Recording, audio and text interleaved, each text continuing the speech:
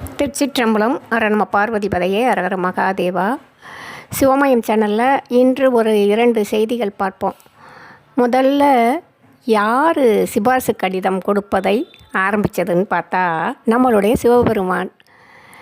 பானபத்திரருக்கு பொன்னும் பொருளும் கொடுத்து உதவுமாறு சேரமான் பெருமானுக்கு ஒரு சிபாரிசு கடிதம் கொடுத்து அனுப்பினார். 2வது பெற்றான் சாம்பான் என்பவருக்கு முக்தி கொடுக்க சொல்லி உமாபதி சிவத்துக்கும் ஒரு சிபாரிசு கடிதம் கொடுத்து அனுப்பினார் நம்ம சிவபெருமான். இந்த சிபாரிசு கடிதம் கொடுத்து அனுப்புறத முதல்ல ஆரம்பித்ததே நம்ம சிவபெருமான் தான். அடுத்த ஒரு செய்தி, இனிமேல் அக்னி நட்சத்திரம் வரப்போது பாருங்கள், அதுக்கு ஒரு கதை சொல்கிறாங்க.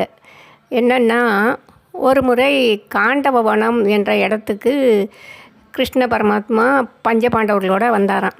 அப்போது அங்கே அக்னி பகவான் வர்றாரு. அவர் ரொம்ப சோர்ந்து போய் காணப்படுறாரு. அதை பார்த்து இவங்க ஏன் இப்படி இருக்கீங்கன்னு கேட்கும் பொழுது, துர்வாச முனிவர் 100 வருஷம் யாகம் நடத்தினார். அதில் குடங்குடமாக நெய்யை ஊற்றுனார். அதை குடித்து எனக்கு இப்படி மந்தமாக இருக்குது அப்படின்னு சொன்னாராம். இப்போது ஒரு இதை மாற்றுறதுக்கு என்ன வழின்னா, இந்த காண்டவனத்தை ஒரு 21 நாள் எரித்தா எண்ணுக்குள்ளே இருக்கிற நெய்யெல்லாம் உருகி எனக்கு ஒரு விமோசனம் கிடைக்கும் அப்படின்னு அக்னி பகவான் சொல்கிறாராம். இதற்கு நம்ம கிருஷ்ண பரமாத்மாவும் பாண்டவர்களும் சம்மதிச்சாங்களாம். அதனால் அந்த 21 நாள் அந்த காண்டவனம் எரிஞ்சதான். அப்படி ஆரம்பித்தது தான் இந்த அக்னி நட்சத்திரமாக. இப்படி அது எரிஞ்சு அவருக்கு அந்த நெய்யெல்லாம் உருகி விமோசனம் கிடச்சிருச்சான்.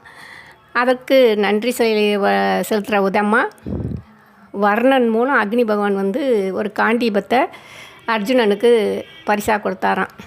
அந்த காண்டீபத்தை வச்சு தான் இவர் கர்ணன், ஜெயந்திரன் போன்றவர்களை வெற்றி வாகை கொண்டார். திருச்சிற்றம்பலம்.